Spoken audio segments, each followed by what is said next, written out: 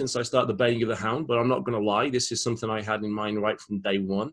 So without further ado, drum roll, it is my singular honor, privilege, and a pleasure to interview today my teacher, my brother, my mentor, Sifu Harinder Singh. Bro, thank you so much for joining me on the baying, man. Oh man, my pleasure to be here, man. Much love to you and Havoc and Esteem, everybody out there. I miss you guys. I would have seen you by now. We were full enough. We were discussing this the other day. We actually said, holy crap, Singh should have been here this weekend. And everybody was like in a funk for about 5 hours. It was so, I mean, I'm keeping it topical on things. How have you found the COVID has affected so much of what you've got plans that you were going to be doing? Because your seminar circuit, as a general rule, is mental at the best of times. So it must have really kind of ground to a halt for you. You know, it's different. You know, I don't like to assign good or bad to things, because as soon as you assign good or bad to things, you attach yourself to results. So it's a pivot point, right? That's the whole thing. Is you look for an opportunity to pivot. And there's nothing more divine than the universe coming in and saying, hey, the whole world is shut down. And so if the whole world is shut down, like, okay, cool.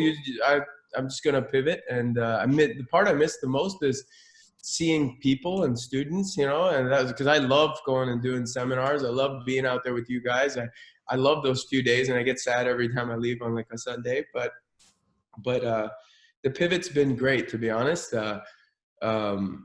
My life personally doesn't change much, because I'm with my family, or I'm coaching people online anyways, or I'm training. So my life personally didn't change much. I get to see my kids much more. They're here. They're not at school, but they're still pretty young. And it's just an opportunity for a pivot. And then you look to see, okay, now the situations have changed, the circumstances have changed. How are we going to use chaos as a canvas to create something new? So it's because it's provided now. So it's provided means people's views, their thoughts, their ideas, everything changes. The battlefield has changed now. So we have to adjust and adapt to it. As General Sun Tzu says, the good general will adapt to the battlefield. It's not just enough to know yourself and know the enemy. You got to know the battlefield, and the battlefield changed. So in this term, the market changed. So how do we pivot and shift and focus? How we're going to teach things has to change. The messaging has to change. And as the person that can identify that first has a new opportunity to serve. So for me, it's been great, to be honest. And it's interesting, because if we look at the way that's reflected in the journey along the way, and for anyone that doesn't know, I've been with you for, 15 years now. It's been a fair smack of time anyway. I mean, it's been a good, decent 10. But I mean, JKD a bit longer than that. But all the way, as we've charted your progress, both as an individual, as a practitioner, as a teacher, and as a businessman overall, there's been several nexus points on the way, those pivot points, as you call them. And you've always been someone that's taken advantage of those pivot points in your life. So if we go way back to the beginning, and many times we've heard this story before, your pivot point started way, way back when you were younger. And is it something that you found you naturally had an ability to take advantage of? Or was it a skill that you developed along the way, learning to recognize these points and then taking full advantage of them? Yeah, no, I can definitely honestly tell you that I didn't know that I needed to pivot. Chaos, if you don't change and transform, chaos forces you to change and transform. It just forces you. And then after a while, you start to see the pattern. And then once you see the pattern, you're like, oh, okay, now I'm going to take advantage of this pattern instead of trying to fight the pattern. So when I was a kid, I'm 13 years old, I lose all my hair to alopecia. And I'm like, oh, I wish my hair comes back. And you get all like, you put yourself into the future, like, oh, when it comes back, I'm going to be so happy. And then you think about when you're at school in the moment, you're looking, I mean, you know, because it was in my 9th grade, right? 9th grade. And I was a pretty popular kid. You want to like mac on the ladies and do all that kind of stuff. Now all of a sudden you're like, oh, fuck, right? I'm sorry. I don't know if I can swear on this one or not. You can swear like a motherfucker on my podcast. I don't give a fucking rat's bollock. Just because you're in front of me, right? And already, an F-bomb already dropped. If you look at most of my podcasts, like the Black Belt or wherever they don't come out. I guess that's you pulling that influence. It's an energy transfer. I shouldn't do it, but I don't mean to. No, it's not. It's great. It's great. I haven't dropped an F-bomb in a long time. But my point is that at that time, you're like, oh, why is this happening to me? Why is this going on? Then you're in school and you're always in your head thinking and wondering, why is everybody looking at me? Are they looking at me? And then I'm wearing this wig, this ridiculous freaking wig, right? And you're thinking, is the tape gonna come up and all that? And I wore the freaking wig from almost 13 to 28 years old, right? Like what? Now when I look back, I'm like, fuck, dude, like what were you doing, right? And the thing is that it's, when you think about it, it's all these things that happen to teach us a lesson. And then, you know, being jumped at the beach. And then after being jumped at the beach, now your confidence is jacked and you're afraid. So the truth is I was afraid. So I don't want people to jump me again. My goodness, dude, like I thought I was a badass here and I got beat up. I couldn't help my friend. And now, so then that sparks me on the journey that we all know where I'm at now in martial arts. And then I get hit by a car and I get hit by a car. And then we get hit by the car. I miss 9/11. And my back is all messed up, so I have to rebuild my body. And so these things are all happening by the time I'm 22. And then at that point, it was after that that I started to look and be like, all these things happened. They couldn't be coincidence, right? They couldn't be coincidence. And then you start asking questions, right? And you start asking questions. And then you start to understand that you start to change and transform when you start asking questions. Then you start seeking the answers. And then as you start to seek the answers, you start to change and then you start to transform. Then you discover the process is in change and transformation. Because there's 3 rules, right? There's 3 rules that I put in my book. And it's a simple thing. If you understand that death is certain, memento mori, it's going to happen. It's on all our to-do lists. We wake up in the morning, everybody should put, I'm going to die on your to-do list. And it's not a morbid thing. It's yo, you're going to die, man. So you better live today to the maximal. Yeah. And you do a great job of that, by the way. You naturally do a great job of that. You are able to really put a smile on your face, put smile on other people's, and pick yourself up over and over and over again. And that's what really attracts you to your students, is that you actually do that. You do live your life like that, that regardless of what's going on, you're going to be happy. You're going to be there for your wife. You're going to be there for your kids. You're going to be there for your students. You're always there. That's why I love you so much, because, you know, in this journey, you've been a pivotal support system, and nobody can get anywhere by themselves. You see what I'm saying? I'm the sum total of my support system and the decision and the choices that I make. And that creates this vehicle for change and transformation. So if we understand that death is certain, that means like right now I'm talking to you guys, I'm 100% in this moment because I don't know where I'm going to be later. So I want to take every breath and squeeze the maximum out of every breath, literally choke the shit out of life. Like I really mean choke the shit out of life. Like even my posture goes to rear naked, choke the shit out of life, right? So I'll be sitting there and I'll be like doing that. I'm like, cause you know, you're getting the most out of it. And then after that, the next thing is that chaos, guys, is natural. Our problem is not with chaos, it's with comfort. Comfort is actually unnatural. Chaos is natural. Chaos is the way of nature. It's chaotic. And so as Hickson said, the one quote that changed my life for martial arts and central focus was, you have to make yourself comfortable in uncomfortable situations, because chaos is natural. Discomfort is natural. But we have become too comfortable in our Netflix and chill society that we listen to the little bitch in our head that says, oh, take it easy. It's late. You go to sleep. You did a good job today. You worked hard today. As soon as that motherfucker starts talking, man, I chop his head off and I watch it roll. And then I give it the smiling tiger. Let it out. I'm assassinating that dude all the time. All the time. And a funny story on that. That's why I've rebranded Mind Boxing, and when the book comes out, it's going to be called Cerebral Assassin, The Art of Winning. And what that is because I was talking to my Sifu, and he tells this story, and he goes, yeah, you know, you're gonna die 3 times. And I'm like, okay, what do you mean? And he goes, you'll experience it. And what he means by that is you're gonna die to the old version of yourself, your thoughts, your ideas, as you do the work and you work on yourself. And it's very painful, because you have to let go of attachments. You have to let go of friends. You got to let go of people. You got to let go of memories. You got to let go of habits. You got to let go of who you thought you were to become who you really are, because who you thought you were is not who you really are. It's your acquired personality. You acquired all that shit. As in my son, who's a baby, and I look at him with all this wonder in the world. I'm like, dude, this guy's like so free, right? Because he doesn't have an acquired personality. He's just in the moment 110%. But we have to remove that or kill that personality. When we do, the energetic charge releases, and now we have space to be who we are, because we are noticing awareness. So that process has to happen all the time. And that's change and transformation is constant. So it's a constant state of change and transformation. As Bruce Lee said, to change with change is the changeless state. We're always changing. We're always moving. And so when I asked my Sifu, I was like, so man, okay, so it's happened 3 times, so no more, right? He's like, he laughed at me. He's like, no, fool. He's like, for what it is, now you know when it's coming, what's happening. So you're not gonna like get emotional and react. And now you can remove yourself from people and go deal with it properly. Now you know what's up. I'm like, oh, he's like, this is gonna keep happening to you to the day you die. I'm like, oh, so you're telling me that I'm pretty much assassinating myself all the time? He's like, yeah. And I'm assassinating my thoughts all the time? He's like, yeah. And who I thought I was all the time? So in my mind, he's like, yeah. So I'm pretty much a cerebral assassin? He's like, yeah. And I'm like, oh, cerebral assassin. Okay, that's what and that's how that whole thing kind of came up. And it is that, because there is no art of war without awareness.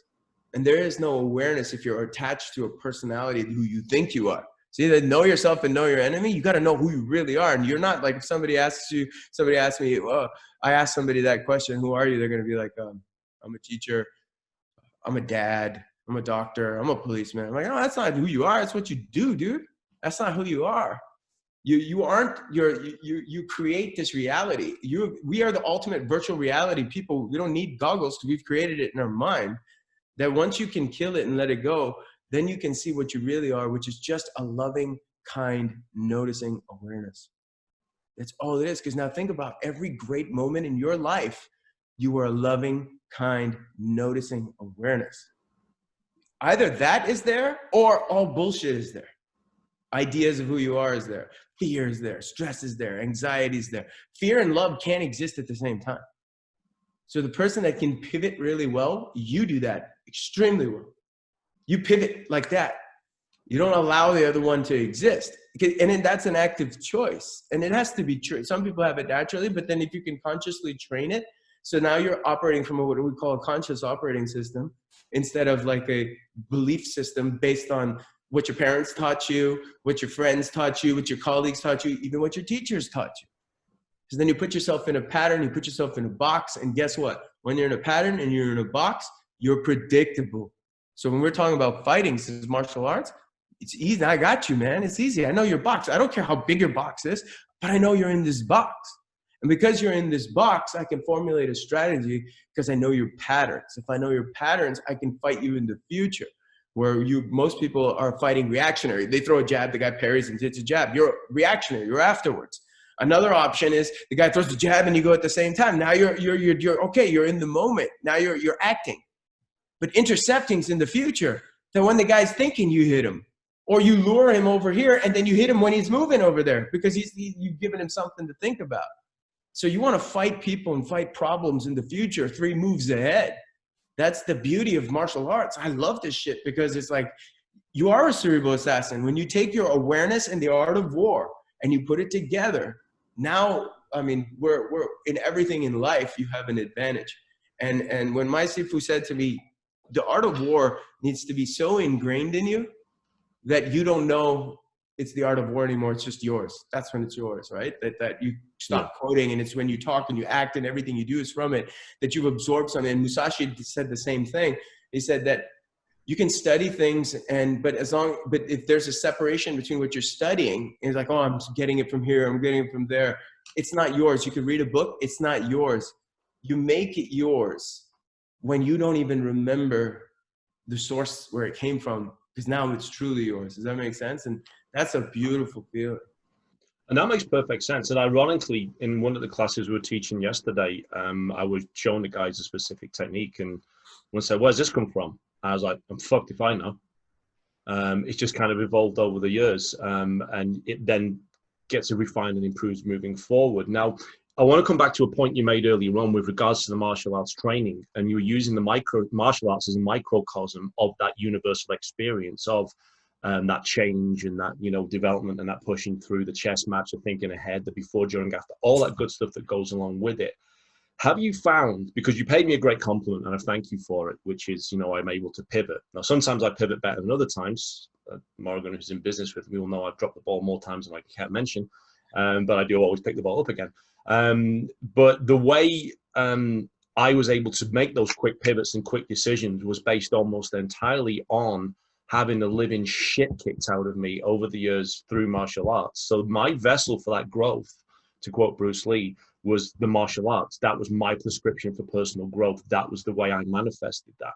Now, if we draw a parallel between what we do in the martial arts to make ourselves that authentic version, we then take something like Thelema, if we follow the Aleister Crowley way, or Christianity, or whatever it is, and we try and touch ourselves with the divine and make ourselves that authentic version of what we are supposed to be, the person we would be if society hadn't been chipping at us and people have been slapping all that stuff on us.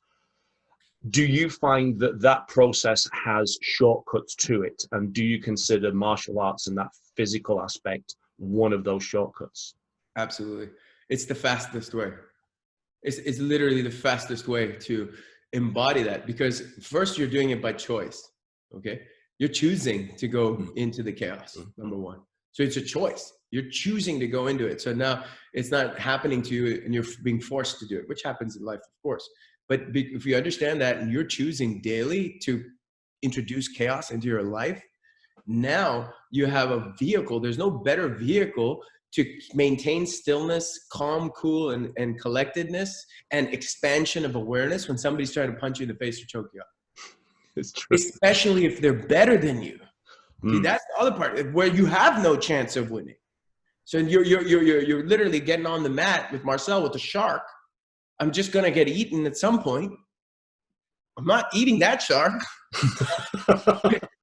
But how long am I going to last? And so it's just a discomfort. Okay, look up at the clock. It's an hour in. Okay, 2 hours. I'm not quitting. You keep eating me, but I'm not quitting. I'm going to stay in there. Oh man, doing cheese out with Sifu Ben for an hour straight. You just sit there. This old man is laughing at me. He's like, oh, kettlebells. I know he knows they're called kettlebells, but he calls them kettleballs. And he's like, oh, your kettlebells and big muscles don't do you any good over here, right? Huh? Look, all I have is Wing Chun. And I'm sitting there like, I'm trying to pretend like I'm not tired. Then he makes it even worse. And you're looking at the clock and it's going tick, tick. And then he's locked onto you too. He's like, oh, you looked away. So you can't even look away. He's like, oh, you looked up at the clock, didn't you? Weakness, right? You see, just the act of looking up at the clock was weakness. So I mean, and whether it's kickboxing or freaking boxing with Derek, okay, the first time he came over, and when I was with my old teacher, he came over for an IPTP, and we found out he was a pro boxer. And he said to me, my teacher said to me, hey, tell him to come early so you could box with him. That's what I appreciate about my old teacher, that he made me go and experiment with everybody. So the hours I got logged in sparring with people every weekend from all over the world, the different sizes, builds, and all that was insane. So if anybody was good, we'd have them come in, or we would do it during class. But this was like box only. And man, I got hit and I thought I knew how to box. And I got hit with the body shot from freaking hell, right? I got hit. I'd never been hit so hard in my life. Like, I've never been hit so hard. And I was just like, what the hell just happened here, right? And then your breathing starts to get going and all that. And you know, you breathe your way through it. And I was so tired and so exhausted. And I was like, oh my goodness, what was that? So then every single day I went to hit the heavy bag, I could use that sensation of that feeling of him in front of me, and I brought it, and I could use my imagination to train it, right? So I think one thing that's really important here is that there's 4 secrets of the mind. They are imagination and sensation, intention and attention, and they form a cross. And the center point of that cross of imagination and sensation, intention and attention, the center point is the still point of time and space. So in our training, I use my imagination. I remember the sensation of him being in front of me. Mm-hmm. And I can now create that experience using my mind every time I'm throwing or hitting the bag. So I bring the chaos into my training, even though somebody's not there. But if I don't have that experience, it's a moot point. I'm just hitting a bag that's inanimate. It's not real. So there's that. And then the part where the direct transfer of all the martial arts was, I know Alan came out to Hawaii. I don't know if you ever went to Sandy Beach or not, but I went to Sandy Beach. And sometimes what happens is your students think you could do shit that that's just crazy that you just expect you to do shit, right? And I'm like, okay, let's go. So we go out to Sandy Beach, and in Sandy Beach, there's a shore break. And the shore break is a 15-foot shore break. I've never been in water like that before. And they're like, and Kahapea, my student in Hawaii, who's native Hawaiian, he's like, dude, yeah, you talk about being like water. That's where you have to ultimately be like water. He's like, yeah, you get caught up in one of those, like being in a washing machine. Everything goes black. I'm like, huh? What is he talking about? Because I've never experienced that, right? So we walk out, and I'm on this high water. The shore is about 50 meters away, and there's giant waves coming. And I'm like, whoa, dude. I look back to run back, and I can't. And there, everybody yells at me, duck dive. I don't know what a duck dive is. I don't know. Nobody said to me what a duck dive was. They just say duck dive, and I see them disappear into the wave. So I dive, the wave's coming like this. I dive straight into the wave. So guess what? The wave sucks me up to the top, body slams me into the ground, and then I'm like washing machine. Everything is black. I don't know what's up, what's down. No air, nothing. But from jiu-jitsu and from fighting, my body knew it had a natural mechanism to just teach me to relax. That's why I didn't drown and die that day. Literally, it just relaxed. Made me last another moment longer so I could get my feet up and take a breath. And then I learned lesson number 2, that waves come in sets. And I got hit by wave number 2. Taken back down to the bottom. The whole thing happens again, and relax again. And it's literally the breathing from jiu-jitsu and training that I talk about all the time, the importance of it, that the breath is the king. I was able to stay relaxed in that chaotic thing that I'd never experienced before, and I didn't die. Then I go off to the beach, and then I'm so exhausted. It's like I ran a marathon. And then I'm like, dude, duck dive. Yeah, what's a duck dive? Like, you could have told me what a duck dive is. He's like, oh, sorry, bro. You know, this is totally like that. He's like, yeah, when you dive, you got to put your chest to the ground, and the wave goes over you. I'm like, somebody could have explained that to me, right? And that's not a difficult concept. Yeah, hit the deck, put your chest down. It's fine, you know. But hey, I would never have learned the lesson otherwise. And so then came the real battle started then, because then I'm sitting there for 30 minutes looking at those waves, and I'm like, okay, he told me what to do. Am I gonna run away from this new fear now, or am I gonna go do it? So 30 minutes I sat there and I watched it, and I'm like, fuck this, I'm going. And I went, and I did do the duck dive. The wave went over me, and it was the most terrifying and exhilarating feeling ever, because it was back into that still point. Down there, the water's absolutely clear, and it's like, you're like, wow. And over you, you feel this thing go by. And I was like, that was the most awesome experience ever, and super terrifying at the exact same time. And then I came up, got a breath, and I was good, and I've been doing it ever since. But back to what you were saying is, by continually putting yourself in chaos and breathing and finding your way through it and problem solving. Martial arts is problem solving under chaos. So there's change and transformation under chaos. Yeah. And people who are not problem solvers, i.e. creators of, that's why it's martial art. There's a creation that happens in the chaos that you're doing. And if you're stuck to a pattern of how things must be done, you will not change and adapt to chaos. And if you don't change and adapt to chaos, like the wave, you get consumed with it and you will die in chaos. Or if you do change and adapt, it gives you an opportunity to create something that is so magical and wonderful as an experience. And that's what an artist really is, that you're an artist of chaos. And that's what martial arts teaches us, because we choose it. No, it's that authenticity within the art as well that becomes so important as part of that developmental process. It's no secret I've made something of a reputation of myself of calling out bullshit when I see it within the arts. The downside of that is I get angry very often with people sending me videos on YouTube. Alan McNaughton, who's one of my students out there, is one of the prime culprits for raising my blood pressure in this manner. But there's been a lot of the women's self-defense videos and things that are always doing the rounds, and I get so bent out of shape about it, not because someone's doing something I'm not doing or wouldn't do myself, but because of what they're giving people, or more accurately, not giving people in presenting that. So the authenticity of the experience has to be present for me. So the martial and the art, we always focus on that art aspect of it, the skill in combat, the ability to do things under pressure with panache and flair. But that martial has to be inexorably linked to it. And for me, that's one reason that I gravitated, and I'm still with you after all these years, and I won't ever see myself going anywhere else. It's that same experiential thing. It's getting smashed off. Marcel was out of a BJJ champ. It's getting decked off, Derek. It's me and you in my garage at 3 o'clock in the morning, having got through 3/4 of a bottle of scotch each, and then pissing blood out my kidneys because I took a palm slap from a Tai Chi pass. It's all this good stuff wrapped into it.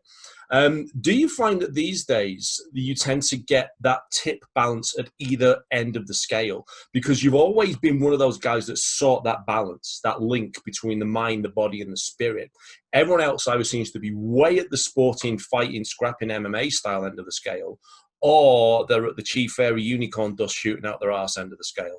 And it's that very hard thing to find that balance in the middle. So the authenticity plus the style coming inexorably together.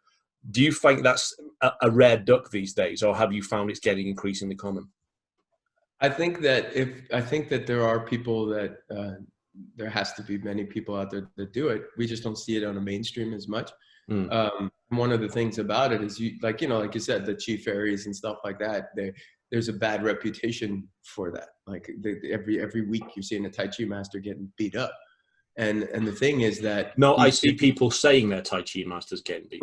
Totally. And Wing Chun guys. And so you've seen all these traditional guys getting their asses handed to them by guys who are fighting all the time.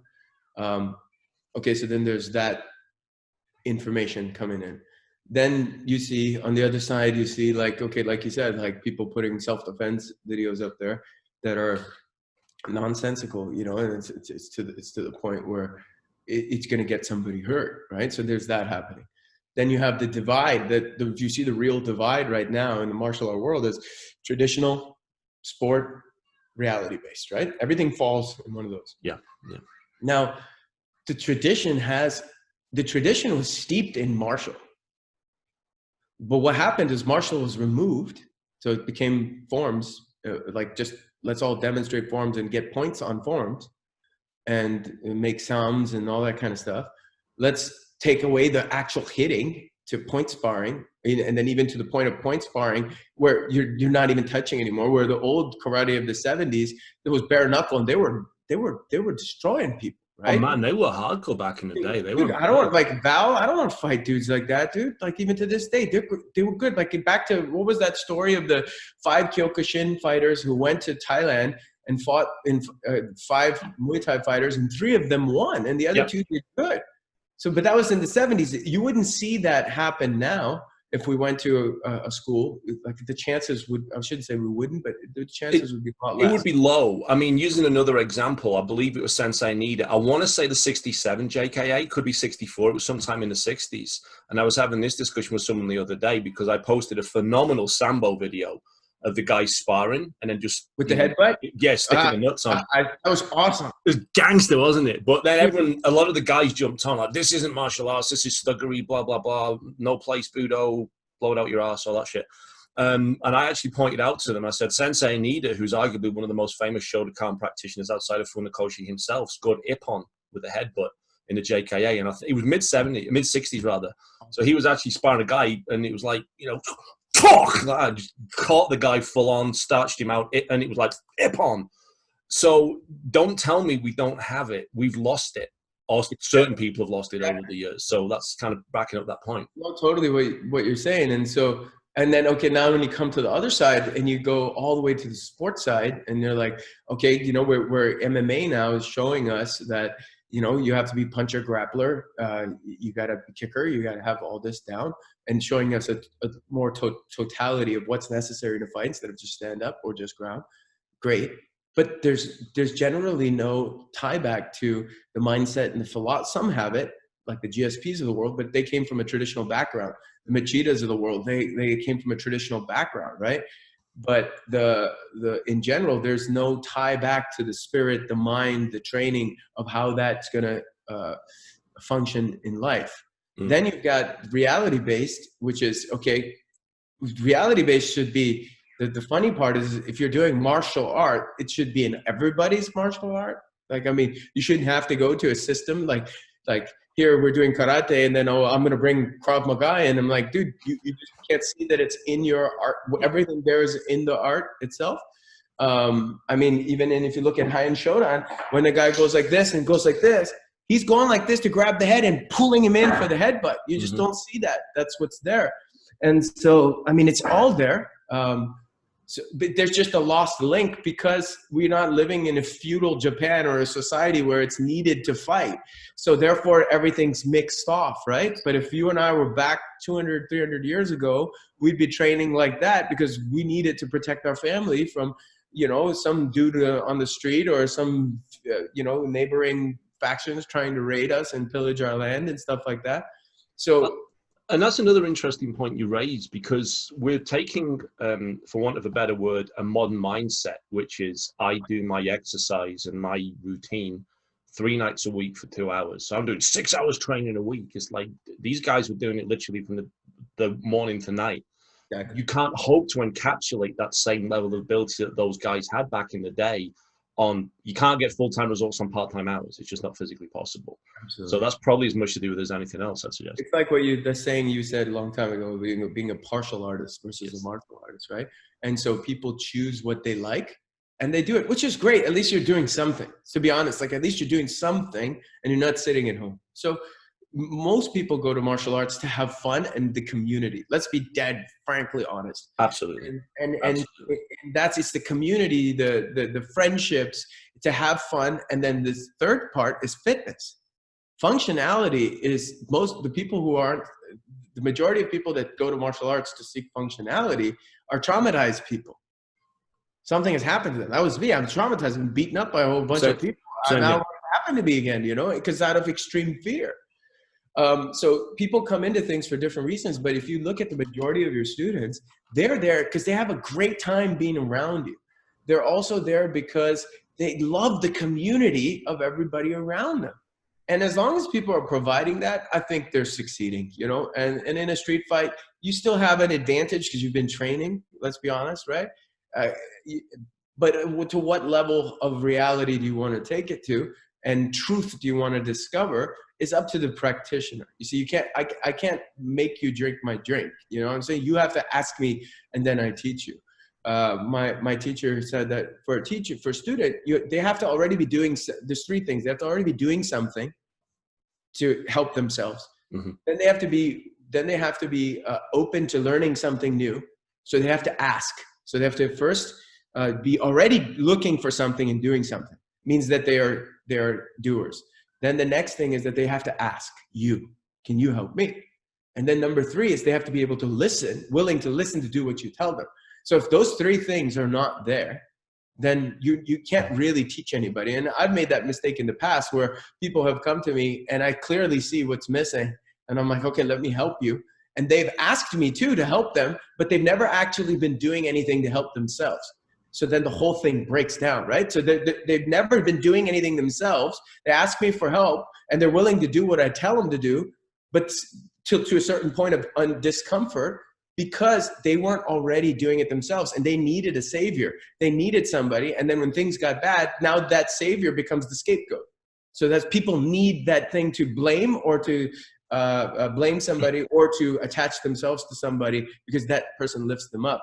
But if they're not already lifting themselves up, there's something broken. You feel me? No, totally. As a teacher, my definition is my job is to use all of my resources to get you in touch with all of your resources so that you can be of service to the world. My job is not for you to attach to me and me be your savior, your guiding light. That means that now if something happens to me, what's going to happen to you? Yeah. Like just with our kids, I want to teach my son to be able to be self-sufficient, to learn how to learn. I don't want my son to rely on me. Then when I'm gone, what good did I do? But same thing as a teacher, it's the same thing. And we've seen this before where the teachers becomes dogmatic. It becomes like the guru in that sense that, oh, everything is, without my teacher, I'm nothing. And then the flip side happens when this person can't take that anymore, comes back and like, oh, that teacher. Because what happens when somebody is not ready to change? Yes. Yeah. What do? They blame the teacher, the teachings, and the environment. It's a very strange aspect of the human condition. I'll draw on a parallel from a policing experience, both from my own encounters and from what other people have found. When you intervene in a domestic dispute, especially on a street level. If there's a man to female, female to female, man to man, whatever the dynamic of the relationship is, if someone's being attacked by their partner and you go in against that partner, I've had it, and it's not actually uncommon by any stretch of imagination that the other partner will then turn on you as well. They need help, but they don't know they need help. And so you giving them that help when they're not ready to receive it, they will turn on you. And it's the same sort of principle with that. And I know from obviously the personal experience that we've had when we've been sorting things out, both in my own life and in situations that we've discussed that have happened, people have said they want X, Y, Z, but aren't willing to do anything to get X, Y, Z. They want you to give it to them on a plate, and it's this magic pill, you know, and you and I both know it doesn't work that way. And it's interesting you mentioned the cult of personality that comes up as well, because within Jeet Kune Do Athletic Association, or the AA as you'll hear me call it from now on, because I'm fucked if I'm saying that every time I have to mention it, you always go on about us finding our own level and our own unique aspects. Now, when it first started, when the AA first started, obviously there was a separation from the organization we were all in before, and the ones that were confident enough within themselves to either stand on their own, not have the marketing hype behind them, and were just, you know, to my mind, more people of integrity, instantly went. And within the AA, you've always cultivated almost an army of like-minded people who all move completely differently. There's very few of us that look the same. So it's that unique expression within ourselves that you always try and bring us out. So you don't have a cookie cutter program, you don't have a one size fits all, and you certainly don't insist we all fight the same. Given that Jeet Kune Do was originally a vessel for personal growth and to free ourselves from that bondage of style and dogma, how do you think Bruce would react to the way that it's gone over the years, to the point now where if you don't wipe your ass on the brand of toilet paper that Bruce Lee used, you're not doing real Jeet Kune Do? I mean, you know, I think that's why, like, towards the end, he regretted even naming it, right? And towards the end, he closed down the schools, right? Why did he do that? You know, and so I think I agree with you. I mean, I would not think that he would be happy, but I would think that he would understand. Like, I've thought a lot about that, and at one point, I would have been like, oh man, he's probably going to turn over in his grave. Now, when I look at it, it's necessary. Right. It's necessary because it's adapt or die. So those people that get fixed and get stuck in fixed instead of being fluid, they're going to be like dinosaurs and die out. Mm-hmm. The people that are not fixed and follow the principle, it's theirs to have.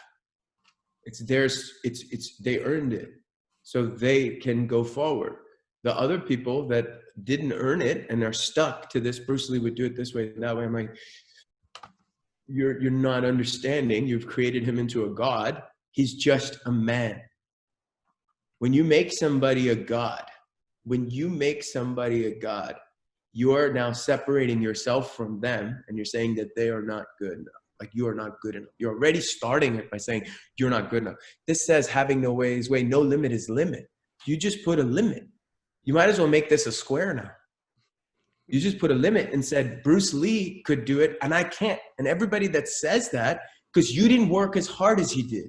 Yeah. You didn't find what you could do that he couldn't. He has his unique gifts and talents, and our job is to find our unique gifts and talents, but we can use the same process of self-discovery. But that's where the whole thing breaks down. You're trying to copy somebody and try to be like somebody that you can't. I play basketball. I can't be Michael Jordan. I can't jump from the free throw line and dunk it. I love watching it, like, whoa.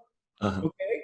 And how would I beat Michael Jordan? Because I can't jump over him. I have to kick him in the balls. I would have to kick him in the balls to score. So if somebody said to me, can you score on Michael Jordan? I'm like, I could score on Michael Jordan. I'll kick him in the balls. And then I'll score. That's probably the only shot I'd ever get, but I could score on Michael Jordan. No, and it's true. It's true. So I could score on Michael Jordan, but that's the way. But in people's boxes, there's rules and this and that. There's no way. Of course I couldn't in that sense. But I have to see, how am I going to score on Michael Jordan? I had to kick him in the balls. I have to build you maybe in the eyes. Right? But you asked me how to score on Michael Jordan. Yeah. So that's how I would have to score on Michael Jordan. We didn't say how would you score on Michael Jordan, adhering absolutely rigidly to within the basketball rules, not going outside. Michael Jordan's a god. I can't score on Michael Jordan. Are you crazy? I would never even come to the thought of kicking him in the balls. You see what I'm saying? I would never even see that. So, you know, when you look at things, and even if you look at in religion, and that's the difference between like religion and spirituality, is that religion separates man from the divine. Yes. Whereas the truth behind all the man-made rules of everybody that's the founder of all the religions, whether it be Christianity, Buddhism, Taoism, Sikhism, Hinduism, Islam, whatever it is, the truth is that the kingdom of heaven is within. So there is no separation between you and some external thing. So same thing in martial arts, people separate styles. People separate, oh, that's Bruce Lee. He's a god.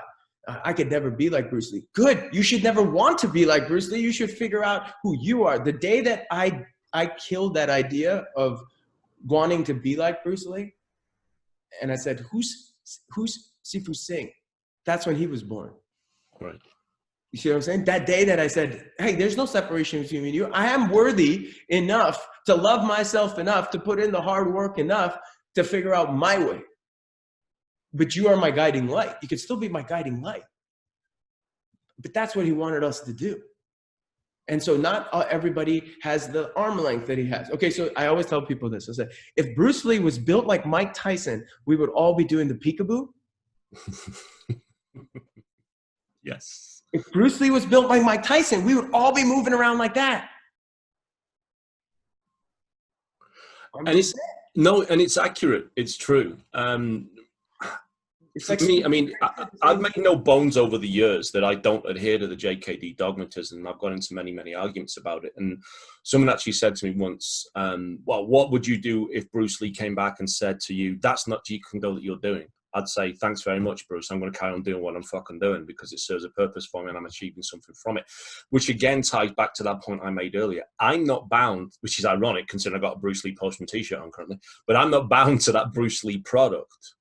I'm bound to my product and what's the best for me and what's the best for my students moving forward. It's one reason I dropped the JKD from Havoc JKD, because I realized that in with itself became its own limiting thing. Havoc for me is that encapsulation of chaos. That's what I wanted it to be. I didn't want it to be a style of chaos. It's the chaos itself, and it's how we then solve that problem that I moved to.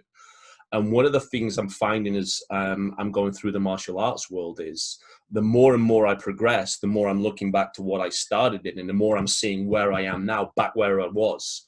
And it's that totality, that lens we look at. So JKD in many ways has given me a lens, and I'm seeing things when I train with Professor Hunden, when I train with Darren, T-Bone, Grandmaster T-Bone, when I train with yourself, when I train with Harry, all these people that have contributed so much to me over the years, both physically, spiritually, and personally, I'm seeing far more common links, which is ultimately what Bruce Lee was going for with that Jeet Kune Do being the search for the common thread. And you've always been big on pushing me on that as well. Whether you were conscious of that or not, I suspect you were. But you've always been very big on helping me find that truth within myself. Do you find as a Jeet Kune Do practitioner, and certainly as one of the foremost guys within the Jeet Kune Do world currently, that you get looked at askew by JKD practitioners for going as far outside the art as you do? And do you find that the practitioners in the other arts you go to look at you a bit sideways because you do Jeet Kune Do? And how do you address those paradoxes? Yeah, you know, I'll be honest, like the traditional world looks at me one way, and then the Tai Chi Wing Chun world will look at me one way. And then there's half of them that respect what I do. And there's on the Jeet Kune Do side, same thing. But truly what it is it's not me, it's their lens. But what it really truly is it's about love. They love their teacher. They love their style. They're proud of their lineage. They worship and value it so much that to them it feels like it's a betrayal if they see something differently, even though it makes sense. So and from both sides, that's the issue. So anybody that is not over that thing, that attachment to their art, their teacher, their lineage. That it's a love thing, and then that love thing does not allow them to see, because the love is blinding, and then makes them blind to see the truth that may already be out there, even though you show it to somebody. And they say, well, yeah, that's true. But then they'll go right back and keep training the way that they've been training, because there's a security in it. The second thing is that people fear change. Nobody likes to change. We're creatures of habit. Change is painful, and because you have to let go of something, or we have to install a new behavior. And so that's why that happens. And so that's really what it's about. So my job is I used to get frustrated about that before. And because I remember when I went to China, I remember one of the senior Kung Fu brothers telling me, well, when you go there and you do Chi Sao with them, make sure you just stick to Chi Sao. You got to beat them doing Chi Sao in Wing Chun only. Right. Don't do Tai Chi, don't box, don't wrestle, don't do what you do. You won't get your respect there. And I was like, okay, fair enough. I understand. And of course, when I went there, I'm also being Sifu Ben's a very respectful person. So I would let people, I'm not there to fight people, or I'm there for an experience, to touch hands, to do that. But I was, to be honest, like I snuck it in whenever I needed it, an arm drag over the top, because I wanted to see. Yeah. Without hitting them. So I can see the limitation that's there, and then I can show people the limitation. As a matter of fact, in my I'll announce it here. I'm on the cover of Wing Chun Illustrated, coming out in June. Awesome. And they interviewed me on it, and the editor said, taking Wing Chun into the future. And I talked about this concept there, because if we talk about Wing Chun, I love Wing Chun. I love Tai Chi too. I'm making a new series coming out. It's called Body Like Hand. And it's all in, imagine Lomachenko footwork with Tyson head movement. So it's all inside. And then everything, and then in the pummel and clinch range, you're attacking and blowing the guy up with shoulders, head butts, knees, and elbows. But nice. And wrestling. So you putting it all together, which is what Tai Chi really was, right? I don't know why I got off the track there. But my point was, if you look at Wing Chun as an art, nothing is missing in Wing Chun. It's the person's lens that's missing. Right. So Wing Chun does not need to add anything to it. Okay? But Wing Chun needs to see as a Lego block, how does it fit with these other ones? So that means you have to study a little bit of the other ones to make Wing Chun fit against it. So if somebody's going to invest 20 years to mastering an art, why not take a year and wrestle and take a year in box? It's just 10% of your time. You know how much better you got? Master Feng Jichuan, my Tai Chi lineage, he's as for Chen Tai Chi and as for all Tai Chi, fighting Tai Chi, he's known all over the world. He's the grandmaster of that. He had a secret style. It was Xing Yi. All the masters back in the day had a secret style. It was not their style that they could switch to and go to, so the other person didn't know. But they secretly trained it because they didn't want to lose face. Right. Right. But it was there. It's like in case they needed it. So then to my Wing Chun brothers and sisters, I say, what if you go up against somebody who's got really good Wing Chun? You can't beat them with Wing Chun. But if you had a year of boxing, everything just changed. Just like, when you hit a black belt in the face to become a brown belt. You hit a brown belt in the face to become a purple belt. Something changed, right? And because I one punch. You wouldn't be able to out-grapple them maybe, but you punch them, it changed. So it's about that, but you have to understand how Wing Chun Lego block fits there. Wing Chun is just geometric shapes.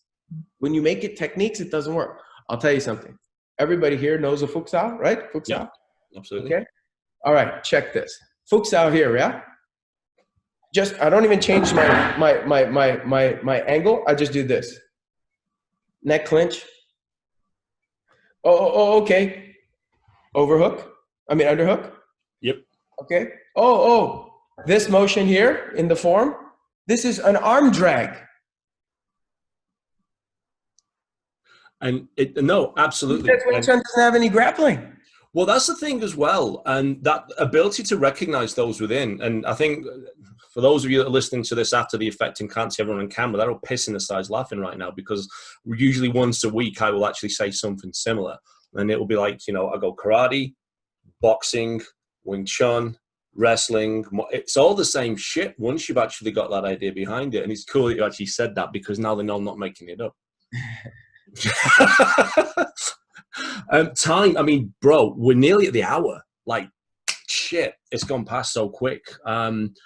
Can I get you back on again, man? I got to get you on again. Oh, my pleasure, man. I'm not in no rush. I enjoy it. I miss people. So. Oh, man, we miss you too. We can always overrun by 10 minutes. I don't think anyone, except Simon, has got to go to bed, but he's going to sleep a bit long because I just told him to.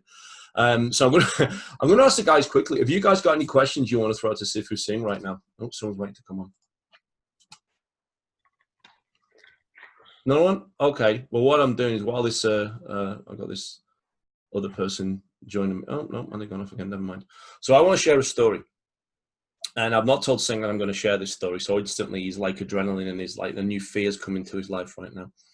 So he came round in one of the many times you've actually come up here and stayed with us here in Calgary. And it was when you were coming very much more into the spiritual side of things that you're into now. So your growth was, you were on that pathway and you were getting in touch with that kind of universal energy and that wave of things. And for anyone that's not known my household, I've got 3 dogs now, but at the time I had 2. And one of them is a little Chihuahua called Brain, named after Pinky in the Brain. He's this big white-headed thing who's 60% hate and 90% tremble. He's just like no redeeming features to this dog whatsoever. And he's got a mouth like just needles. It's like, you know, when the xenomorph and he goes and that thing comes out. This is like this dog. So anyway, so Singh came in the house, and as soon as he comes in, the dog just goes and the teeth are all out like that. And you did your Crocodile Dundee shit. So this is the way I describe it. So you came in the house, and it's like you're calmly, and the dog's like looks at you a little bit askew like that, and then you took another step closer. You're like hitting in this zen calm, and you're getting close, and the dog's like looking even more and more fucked up and freaked out as you're getting close towards it. And then you got literally, and you said, in and of itself, it's amazing because you got right next to him, touched him, having never really met him before, and he didn't take your fingers off. So you stroked him, the dog's like, and you were like, God. Big smile came over your face, and then you turned around to say to me how your flight went, and the dog jumped down and bit you on the leg, and you went, motherfucker, like that. It's just, which is, I loved it, because it was, to me, it was that encapsulation of not only that, you know, we're adhering to this higher level, but we're still human, you know. Oh man, totally. And I think that's really important. There's we have to be able to like laugh at ourselves. I mean, I catch myself doing stupid shit all the time. It's just that I catch myself doing it now more often. That's it.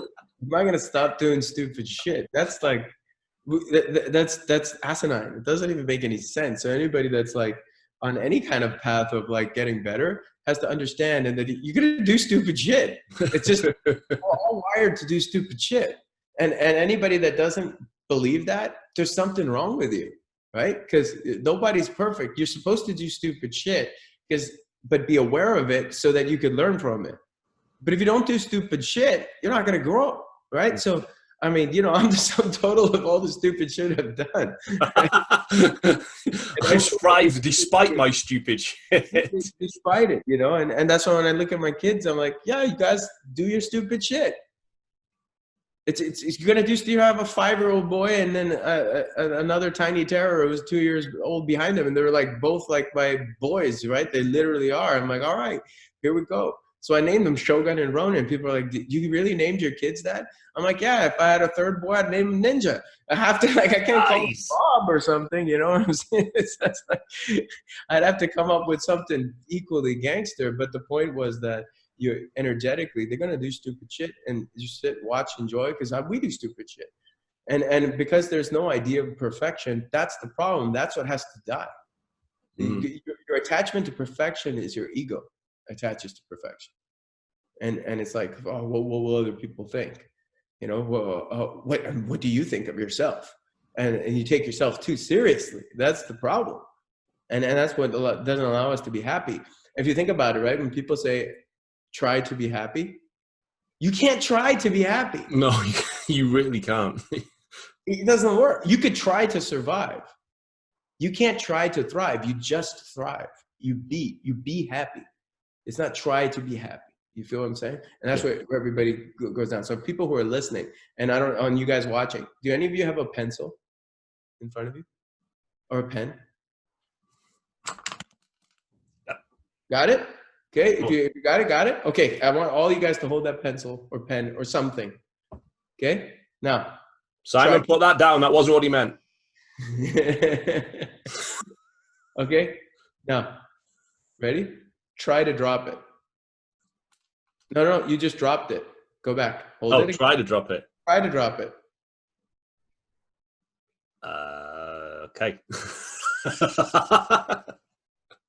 Yeah, you drop it or you don't. It's a you at the moment. Do or do not. There is no try. There is no do or, what do you say? There is no do. Do or do not. There is no try. There is no try. That's our problem. We're just trying to fight. We're trying to be happy. We're trying to win. We're trying to be successful. Who is trying? Kill that fucking guy.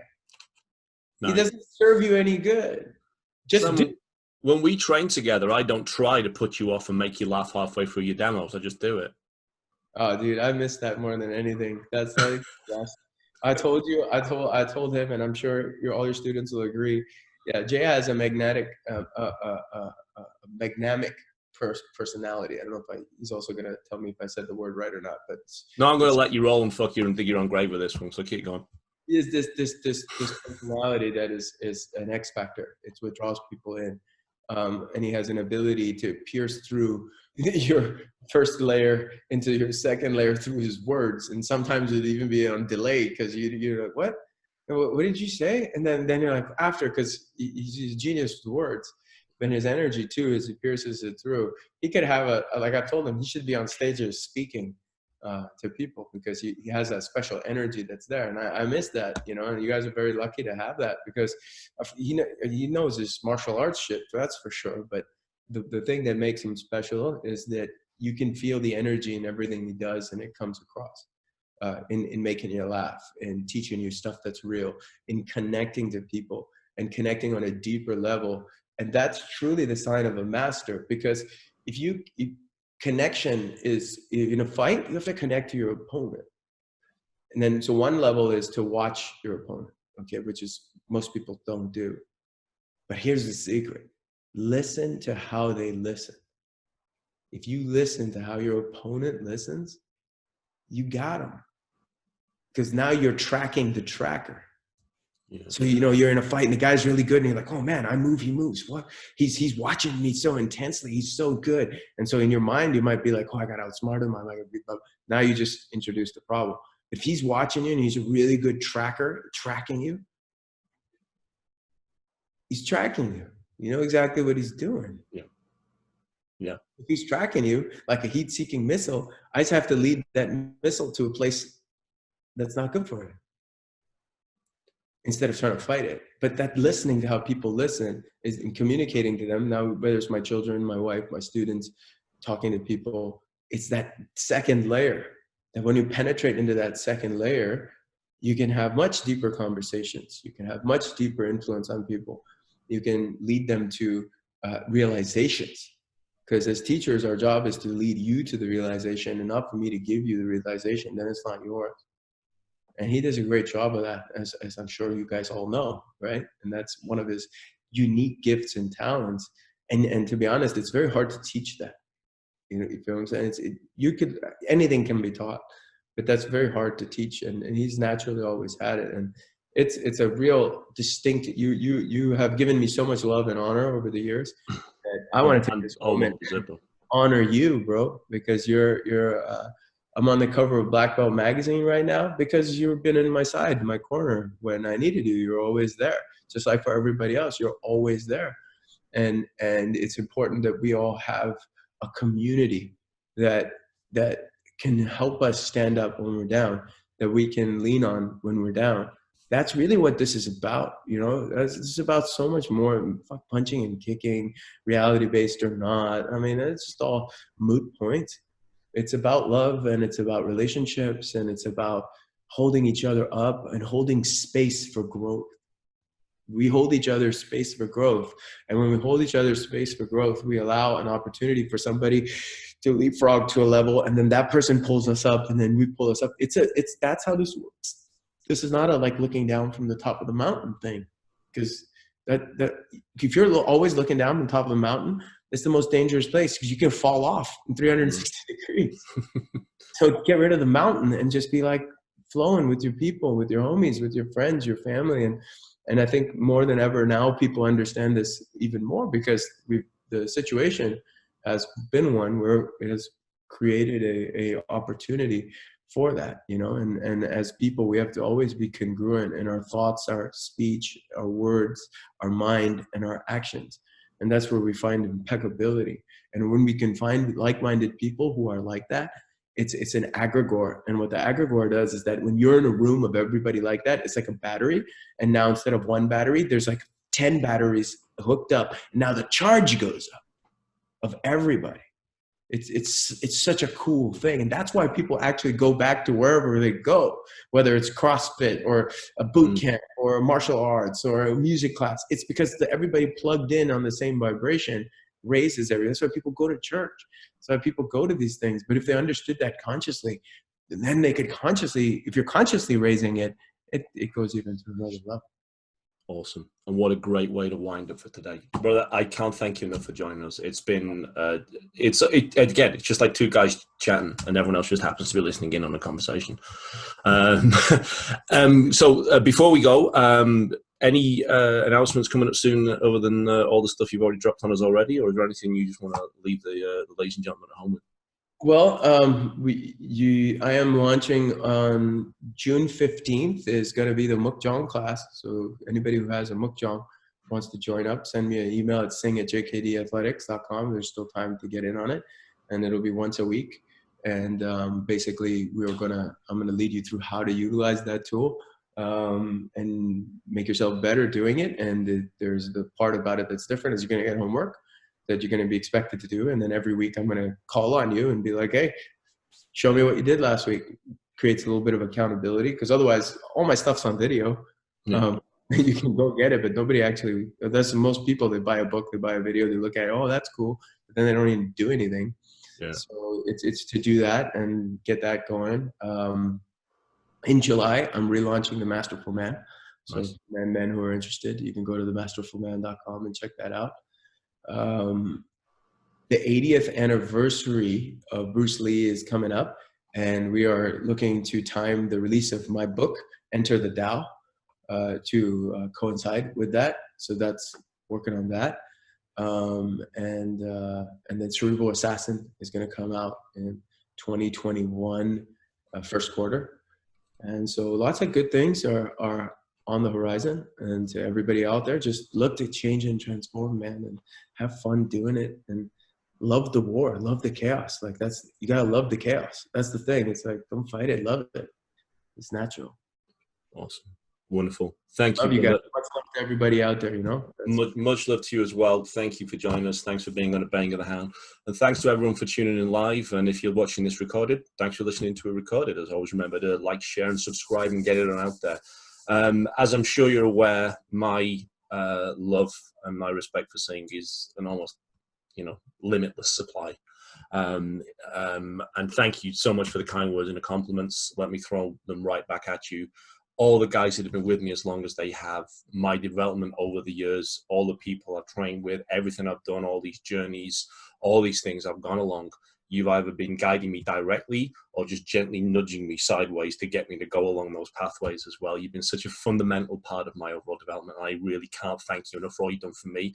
And I'm sure all the guys out there will thank you for what it's given them through me, if that makes sense.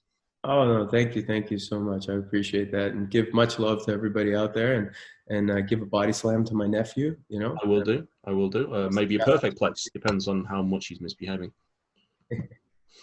Okay. Well, that's it for me, guys. Thank you for joining us on the Baying of the Hound. Massive, massive props and thank you to Sifu Singh for coming on. Like I said, ever since I conceived the podcast in the first place, he was like the one guest I knew at some point I was going to be having on. And you better bet your ass we're going to be having him on again soon. For those of you that are regulars for us, next weekend, next Sunday, I think it's going to be 11 o'clock Derek's time, which is about 9 o'clock my time. Anyway, that's giving away the guest. It's going to be Derek Sierra. So next weekend I've got him on the podcast, which could just literally consist of two big lummoxes swearing at each other for 60 minutes. We don't know what's going to happen. We never do. But it's going to be an exciting one for that too as well. And in the meantime, no matter where you are, no matter what you're doing, take care of yourselves, take care of each other. This is the Hound signing off, and I will see you all again very, very soon. Take care, guys.